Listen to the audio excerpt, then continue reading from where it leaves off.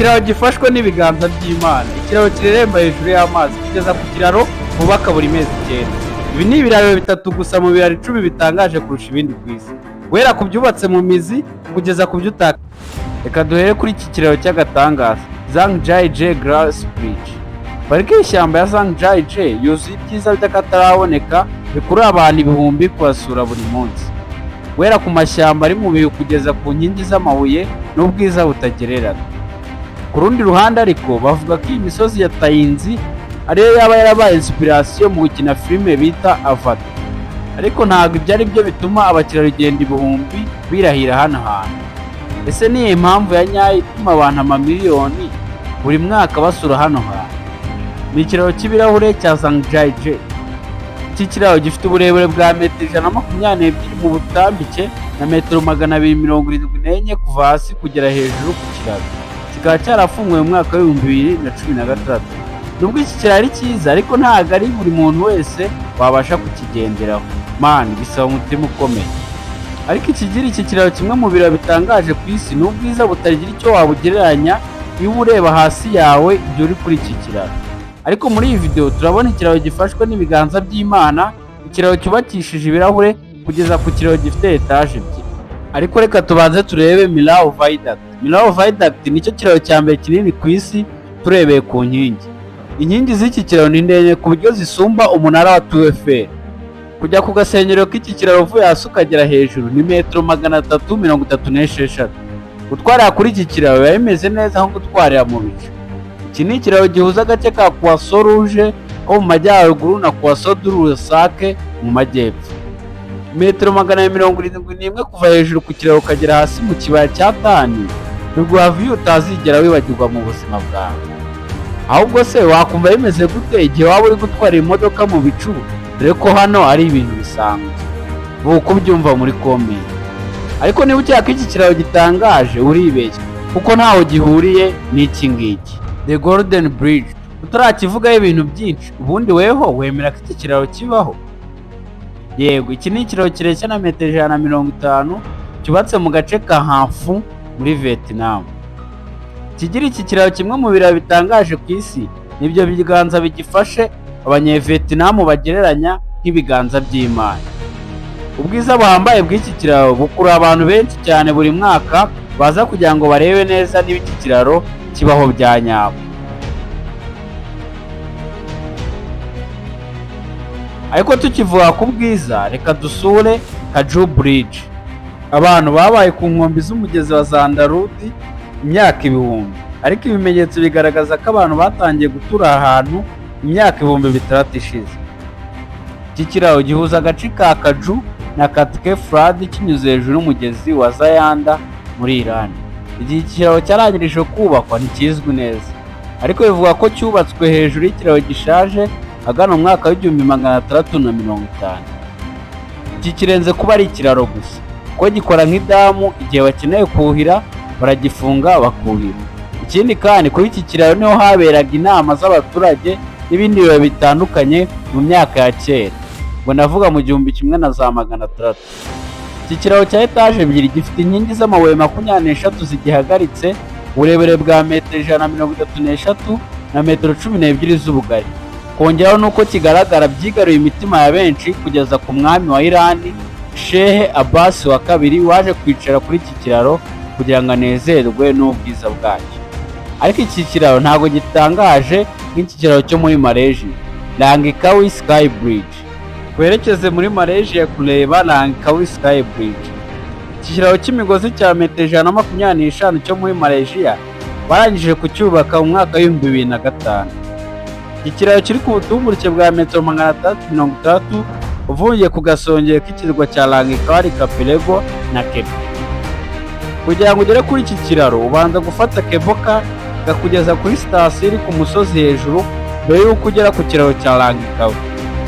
Ariko iki kiraro cya Langkawi babaye bagifunze mu kwa 7 muri 2012 kugira ngo bacyiteho banagikomeze kubera ahantu cyubatse hagoye ko wakwizera ko wakubaka bigafata cyangwa bigakunda. Nawe uri kureba uburyo cyubatse, kiratangaje cyane. Imigozi nifashe ku mpande ebyiri z'imisozi n'inkingi imwe y'icyuma ituma gihagarara neza. Cyubakanywe ubuhanga bwinshi cyane. Ubu tugeze muri top 5. Mu kanya gato turabona ikiraro cyubatse mu mizi y'ibiti, ikiraro ubona ukagira ngo uri kurota kugeza ku kiraro kireremba.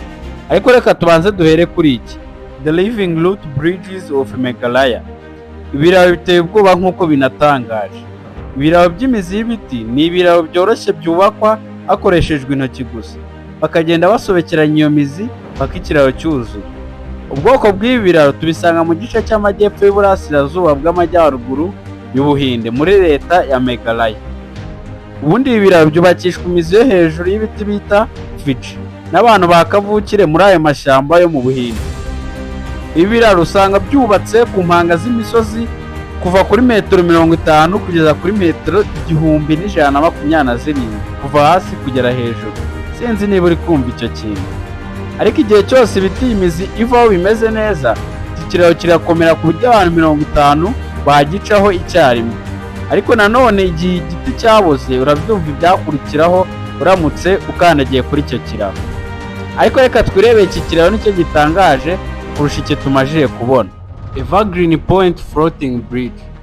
Igihe barangiza kucyubaka muri 2016, iki gitangaza cyahaye ikamba yo kuba aricyo kiraro kireremba kinini ku isi, aho gifite uburebure bw'ibirometero 234 na metero 726. Kugira ngo wumve uburyo iki kiraro ari kirekire, cyajya kungana n'umuhanda uvuye Nyagatare ukagera Rusizi. Sinzi niba uri kumva iki kintu. Iki kiraro kinyura hejuru y'ikiyaga cya Washington. Ni kigari bihagije ku buryo gifite imihanda 3, urabyumva, ni 3 muri buri cyerekezo. Ariko se ni gute ikintu kirekire kandi kigari gutya kongeraho n'imodoka ibihumbi zihanyura buri munsi kireremba hejuru y'amazi? Iki kiraro cya Evergreen cyubatswe n'inkingi za beto 77. Izi nkingi nizo zikora fondasiyo yacyo. Ariko kumva ikiraro kireremba bitera ubwoba benshi, nubwo iki kiraro gitekanye cyane. Ariko se ni gute byashobotse? Iki kiraro gifashwe na anchors 58 ziri ahantu hatandukanye, ari nazo zituma kiguma gitekanye. Ariko ikiraro gikurikiyeho cyo kiragutungura bihambaye, Sidhu River Bridge. Tugaruke ku buhanganye bw'Abashinwa mu kubaka ibikorwa remezo by'akataraboneka. Sidhu River Bridge ni ikiraro cyubatse hejuru y'ikibaya kiri hasi ku burebure bwa metero 196, aribyo bikigira icya mbere kinini ku isi cyubatse ahantu hejuru cyane. Nayo ibaza ikiraro ugihanutseho kugira ngo ugere hasi, metero 196. Sidhu River Bridge ni ikiraro cyubatse hagati y'imisozi ibiri miremire ihanamye ku buryo kugira ngo batangire kucyubaka byabasabye gukoresha rokete kugira ngo wohereze umugozi uve ku musozi umwe ugere ku wundi. Iki kiraro cy'agatangaza barangije kucyubaka muri 2009. Kuba watwarira kuri iki kiraro bimeze neza nko gutwarira mu kirere. Ariko ikindi kintu wamenya, ikintu gihanutse kuri iki kiraro bigitwara byibuze amasegonda 10 ngo kigere hasi. Sinzi niba uri kumva icyo kintu. Kabiri, Bamboo Bridge of Kampong Cham. Ariko nanone kugira ngo ikiraro kibe kigitangaza ntabwo bisaba kucyubakisha ibyuma bihambaye cyangwa beto nyinshi cyangwa kuba kiri mu kirere. N'imigano yakora. Bamboo Bridge of Kampong Cham ni ikiraro bubaka buri mpeshyi iyo amazi y'umugezi wa Mekong abaye make ku buryo amato atawunyuramo.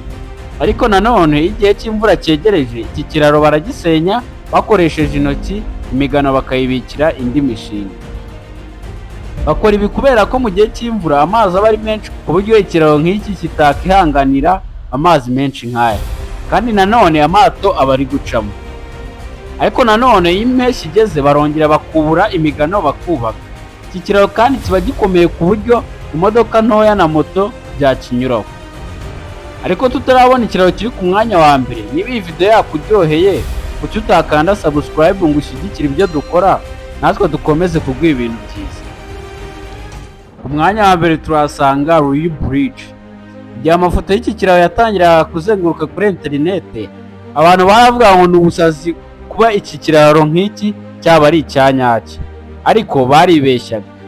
Iki kiraro cya Rio kiri mu ntara Zhejiang gisa nkaho cyaba ari cyo muri filime kurusha uko cyaba ari icyanyacyo. Ubushinwa na n'ubu buracyatungura abantu mu kubaka ibiraro bihambaye. Iki kiraro cyubatse kuri metero 140 uvuye hasi mu kibaya, n'uburebure busanzwe kuva ku musozi umwe ujya ku wundi bwa metero 426. Iki kiraro cy'ibirahure cyafunguwe bwa mbere muri 2016, ariko guhera mu kwa 9 muri 2020 nibwo iki kiraro cy'agatangaza bagifunguriye abantu bose. Guhera ubwo abantu amamiliyoni basura iki kiraro cy'ibirahure buri mwaka. Ibi byari ibiraro 10 bitangaje kurusha ibindi ku isi. Muri byose ni ikihe cyagutunguye? Cyandika muri comment. Kandi niba ukeneye kureba ibintu byiza, kanda kuri iyo video uri kureba aho ngaho.